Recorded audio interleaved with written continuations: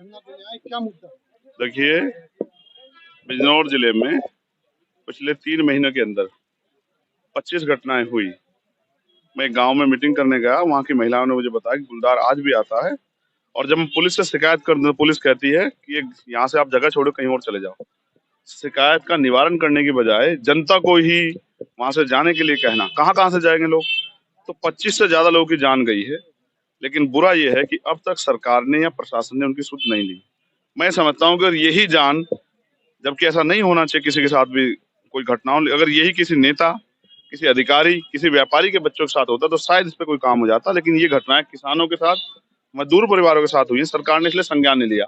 मेरे कहने के बाद कि 21 तारीख को मैं जिलाधिकारी जी के यहाँ हम 4-5 लोग जाके ज्ञापन देके सवाल पूछेंगे, आप ये मानिए कि उसके बाद अगले दिन 19 तारीख को फिर घटना हुई, और एक बच्ची जो 12-13 साल की थी, और उसने भी इस घटना के बाद उसका गुलदार ने उस पर हमला किया, उसने भी दम तोड़ दिया। मुझे बहुत तकलीफ हुई कि किसी ने अपनी पत्नी खो दी, किसी ने अपनी माँ खो दी, किसी ने अपनी बहन खो दी, किसी ने अपना भाई खो दिया। एक हमारे किसान थे सिख यहाँ, उनका 22-23 साल का अकेला बेटा, उसको गुलदार उठा ले गया, उसकी जान ले ली। उस बाप से पूछो, उन माओ से पूछो जिन्होंने अपने 10-10 साल के बच्चे खोए हैं, और सरकार और पुलिस और एडमिनिस्ट्रेशन शांत बैठा है। मुझे ऐसा लगता है कि मेरे जैसे लोगों को यही राजनीति करनी चाहिए कि उनकी आवाज उठाएं। और हमने यहाँ मांग उठाई है कि 25 लाख रुपए का मुआवजा प्रत्येक परिवार को मिले। किसान अपने खेत पे नहीं जा पा रहा, गुलदार ना जान ले ले। मजदूर अपने लिए काम करने नहीं जा पा रहा। बहुत सारे ऐसे लोग हैं जिन पे कोई रोजगार नहीं है, उन्होंने पशु पाले हैं, खेत में घास लाते हैं, घास का चारा खिला के दूध इकट्ठा करके दूध बेचते हैं। वो लोग परेशान हो गए, लोग भूखे मर रहे हैं, लेकिन कोई सुनने को राजी नहीं है। इसलिए मेरी जिम्मेदारी बनती है कि मैं यहाँ के संघर्ष करूं और सरकार से जवाब मांगू। आज हमने जिलाधिकारी जी को ज्ञापन देना है, जिसके जरिए हम 25 लाख रुपए मुआवजे की मांग की है, और घायल उनके लिए जो मृतक है उन परिवारों के लिए, और घायल लोगों के लिए 5 लाख रुपए की मदद की मांग की है। और मेरा प्रयास है कि वो जो पूरा क्षेत्र है उसमें सुरक्षा का माहौल बनना चाहिए। अगर जनता सुरक्षित नहीं, जनता टैक्स देती है, फिर अधिकारी कर्मचारियों से सवाल होंगे, और अधिकारी कर्मचारी सवाल से भाग नहीं सकते। अब तो मैं यही हूँ ना। अगला कदम क्या है? अगर जिलाधिकारी महोदय कहते हैं मैं बेबस हूँ, सरकार नहीं चाहती, तो फिर हम इसको प्रदेश स्तरीय आंदोलन बना के हर जिला मुख्यालय पे आंदोलन कराएंगे। और अगर उससे भी काम नहीं चला तो लखनऊ में जाके विधानसभा घेराव करेंगे। लेकिन हर कीमत पे नगीना बिजनौर के रहने वाले लोगों की जीवन सुरक्षा करना हमारी जिम्मेदारी। इस लड़ाई को हम लड़ेंगे। 2024 के लिए क्या तैयारी है आपकी?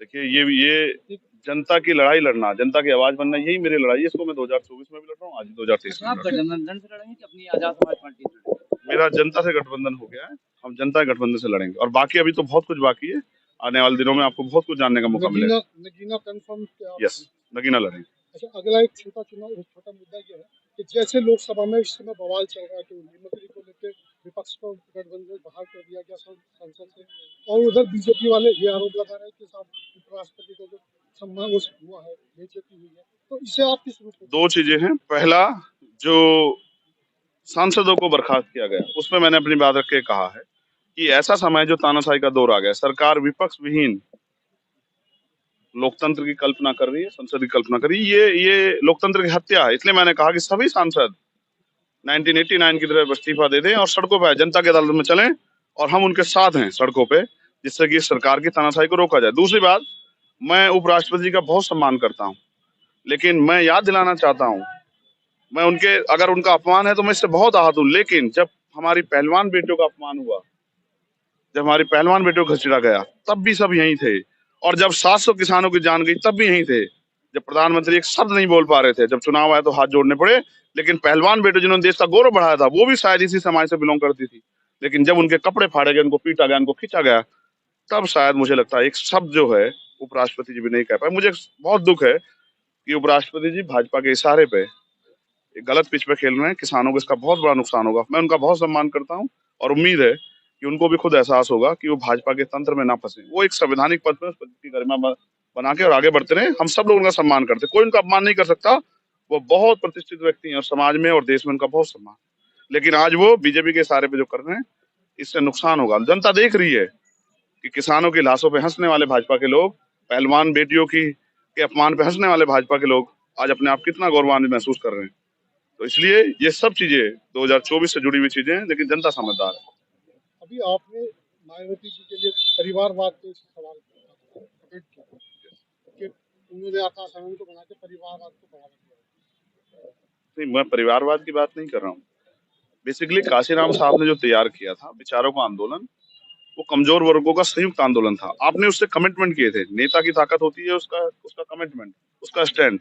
जब नेता अपने कमिटमेंट स्टैंड छोड़ता, विचार छोड़ता, तो समझ जाना चाहिए। देखिए पिछले साल बहन जी ने कहा कि वो भी बहुत मजबूत है, 20 साल कहीं नहीं जाने वाले, 20 साल तक वही राजनीति करेंगे। अचानक क्या हुआ 1 साल में कि आपने उत्तराधिकारी घोषित कर दिया? तो मैं समझता हूँ उन्होंने, उनको खुद महसूस हो गया कि आज की राजनीति में वो फिट नहीं बैठ रही हैं।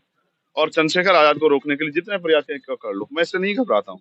मैं उनका धन्यवाद देता हूँ और मैं उनसे कहूंगा कि वो आराम करें। उनके हम चंद्रशेखर और बहुत सारे लोग देश में निकले हुए हैं जो भारतीय संविधान की भी रक्षा करेंगे, लोकतंत्र की भी, और प्रयास करेंगे कि भाजपा के इस गुंडा राज को खत्म किया जाए। धन्यवाद।